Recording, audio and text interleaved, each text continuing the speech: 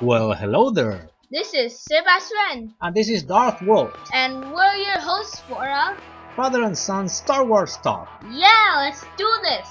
Today we're going to review and discuss the last episode of Star Wars Rebels, Warhead. Yummy, I like candy! Well, in Star Wars, Warhead doesn't mean candy, it means the explosive head of a weapon. In this episode, the Warhead was the recon droid. It was a scary droid. Let's do our recap and review at the same time.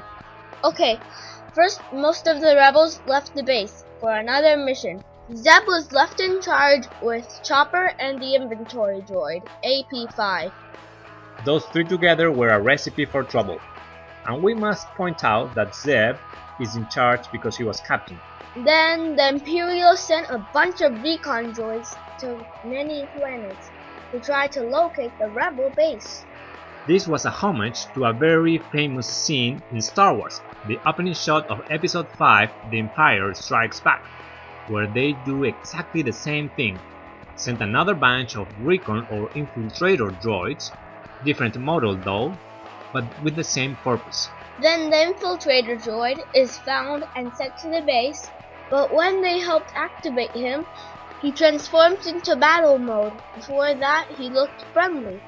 And that friendly look was from the early designs of C-3PO. So he looked friendly, but it was dangerous. So the key lesson here is: do not activate something that you do not trust.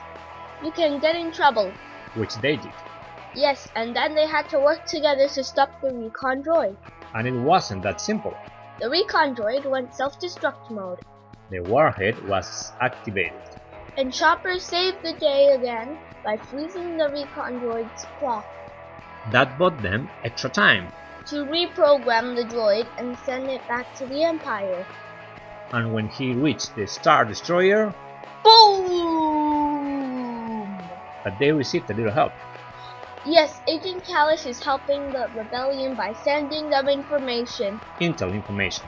Yes, and his code name is Fulcrum. But apparently, the happy ending wasn't so happy after all. No, because Admiral Thrawn thinks he's closer to finding the rebel base. Correct. He had sent a limited number of droids. Based on the partial information he received, he still doesn't know the planet, but he can now narrow down the search to a fewer number.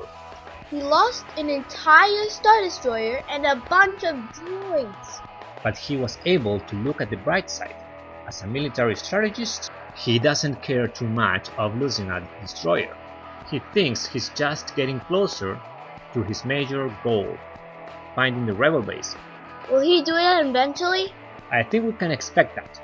We know Chopper base won't last for long. Eventually they will move to Dantooine, which is mentioned as an abandoned rebel base in episode 4.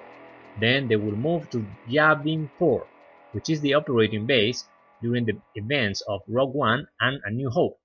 And then they will move to Hoth. Well, they should start packing soon, like we are.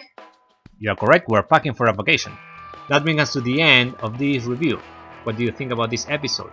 No lightsaber action, but some rebel history that leads to justify a relocation of the rebel base in the near future. Are you looking forward to see Dantooine? Yes! Let us know in the comments, and if you like this father and son Star Wars talk, show us your support by like this video, share it with your friends, and subscribe to the channel. These were Darth Walt and Sebas. May the Force be with you. May the Force be with you again.